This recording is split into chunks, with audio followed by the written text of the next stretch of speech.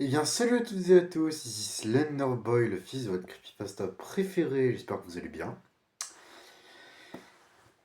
Et écoutez, aujourd'hui on se retrouve pour une deuxième vidéo critique, j'ai fait le geste en retard, je sais, qui sera en lien de Five Nights at Freddy's 2. Je vous ai sorti plus tôt dans la journée la critique du premier, et je vais vous le dire d'avance, le deuxième encule le un. Voilà, vraiment le 2, j'ai pas les mots pour dire tellement il était incroyable. Ah vraiment, je pense que c'est le meilleur film d'horreur de 2025. Mais bon, alors, Five Nights at Freddy's 2, alors j'ai oublié le nom de celui ou celle qui l'a réalisé, je crois que c'est une dame qui l'a réalisé, je crois qu'elle s'appelle Emma, mais j'oublie son nom de famille. Ouais, donc du coup c'est la suite du premier film qui est sorti en 2023. Pour vous faire un petit résumé, alors, je vais pas vous mentir, je vais avoir du mal à résumer l'histoire, mais je vais essayer. Donc, Abby, la gamine du premier film, décide de partir chercher réparer ses amis, les animatroniques.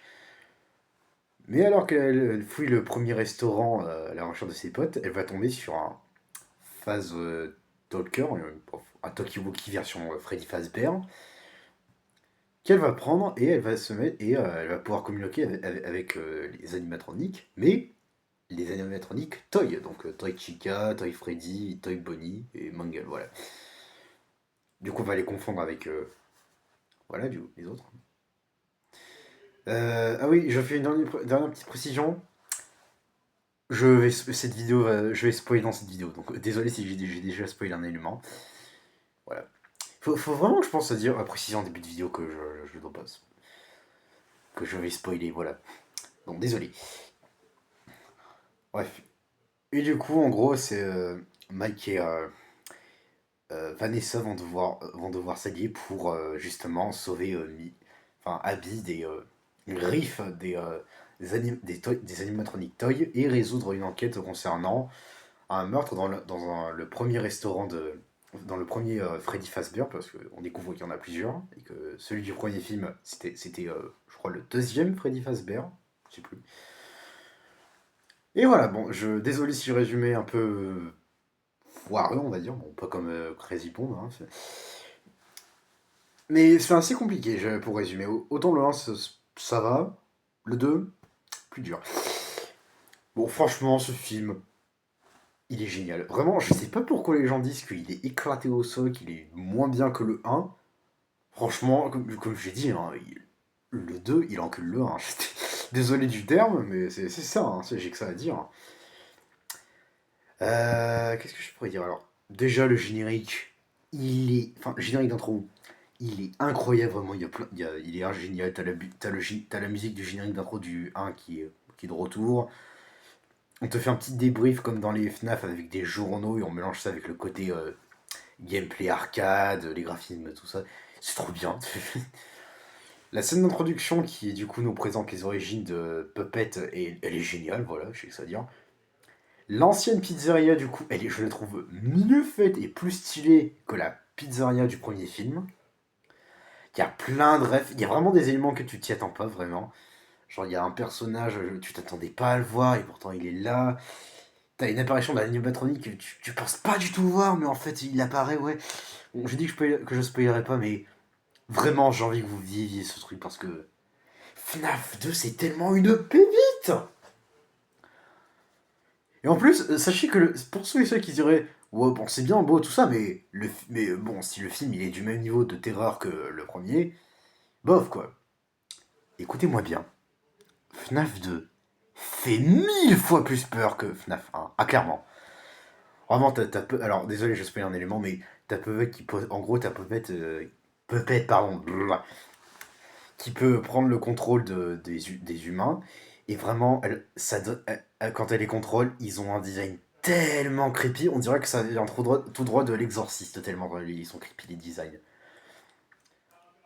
Ah mais vraiment, je vous jure, c'est incroyable ce film. Vraiment, si vous êtes fan de FNAF, allez le voir. Vraiment, vous allez passer un merveilleux moment. En plus, du coup, à la fin, on a droit à un petit cliffhanger qui, je vais pas mentir, est très très sympathique. Bon, bon, quand j'avais vu le film la première fois, j'étais en mode, ils nous ont fait une Spider-Verse ou... Parce que si vous voulez, dans le premier, du coup, on nous mettait une conclusion. Et là, du coup, dans le deuxième, on nous laisse un petit cliffhanger du style à suivre, dans un genre comme pour les dessins animés Spider-Verse, voilà. Qu'est-ce que je pourrais dire d'autre? Qu'est-ce que je pourrais dire d'autre? Ben... En général, je vous dis souvent que... pardon, je bégaye. J'ai pas prévu de texte, hein, c'est ça qui se pose la question. Bon, les personnages sont cool, Abby elle est drôle, Mike il est toujours aussi cool. Vanessa, je la trouve, je sais pas en fait, Vanessa dans ce film, je la trouve à la fois plus intéressante que dans le premier film, et à la fois un peu plus chiante, je sais pas. Je sais pas trop comment dire ça. Euh... Bon, il y a plein de rêves vraiment, par exemple, bon, je spoil un moment, mais un moment, Mike va utiliser une lampe torche et pendant une fraction de seconde, va voir Shadow Bunny, c'est un caméo très stylé.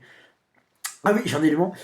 C'est pas une ref, mais je trouve les prototypes des animatroniques, là, genre Wizard Freddy, Wizard Bonnie, tout ça, je trouve ils ont été un peu trop survendus parce que ils apparaissent vraiment qu'une fois et après tu les vois plus. Bon. Je trouve ils les ont un peu trop survendus, voilà. Alors qu'en soi, ils sont cool, hein, je dis pas, mais bon, genre tu les mets un petit peu en scène et après tu mets en scène les toys animatroniques. D'ailleurs, j'en profite, mais Toy Bonnie, il m'a fait trop rire. En VF, il a une voix tellement goofy, j'ai adoré. Bon, si j'ai quelques petites déceptions, alors, en vrai, je pense, la seule déception que je retiens, c'est juste le fait qu'on n'ait pas eu un caméo de Markiplier. Ça, j'en suis un peu dégoûté, j'avoue. Je veux voir Markiplier. Aussi, bon, et en plus, il y a plein de petits trucs qui sont assez drôles, genre, par exemple, quand Mike il découvre que le bureau du l'ancien restaurant n'a pas de porte, ça c'est drôle parce qu'il n'y a pas de dire. Mais pourquoi il a pas mis de porte? Ou encore t'as Balloon Boy qui se fait pas respecter, et franchement en vrai, ça fait plaisir parce que Balloon Boy, bon, c'est pas le meilleur perso de FNAF quoi. Et vraiment, je vous jure, dans ce film, Balloon Boy, je vous jure, les scènes où il essaie d'être creepy, tu le trouves goofy, et du coup la dernière scène où tu le vois, juste en mode, il a subi ce que des fans, ce qu'une génération entière voulait voir. Je vous jure. Bon, du coup, si je devais donner note au film, je pense ça mérite un très joli 9 sur 10. Et si je devais lui donner des étoiles, voilà, 5 étoiles. Voilà. Bref, bon, je me permets de spoiler la scène post-crédit parce que franchement, vraiment, elle est géniale et ça me donne encore plus hâte pour la suite. Mais du coup, lors d'une scène post-crédit, t'as Springtrap qui fait sa petite apparition et il a l'air trop cool, vraiment. J'ai trop hâte de voir FNAF 3, le troisième film là, donc je pense qu'il s'appellera Five Nights at Freddy's 3. Mais bon, vraiment j'ai trop hâte, je pense que je vous ferai une critique sur FNAF 3 si jamais ça sort. Hein. Et puis voilà.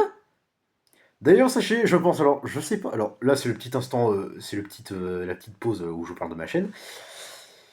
Sachez que je pense que je ferai peut-être, si j'en ai envie, un let's play sur FNAF 2. Voilà, j'ai tellement bien aimé le film que je me dis, si j'en ai l'envie, je ferai un let's play de FNAF 2. Voilà. Mais bon, sachez que, voilà. Quoi qu'il en soit, mesdames et messieurs, c'est la fin de cette, de cette petite critique. Je dis ça, la critique va durer 10 minutes. Si ça vous... N'hésitez pas à me dire ce que vous avez pensé du film dans les commentaires.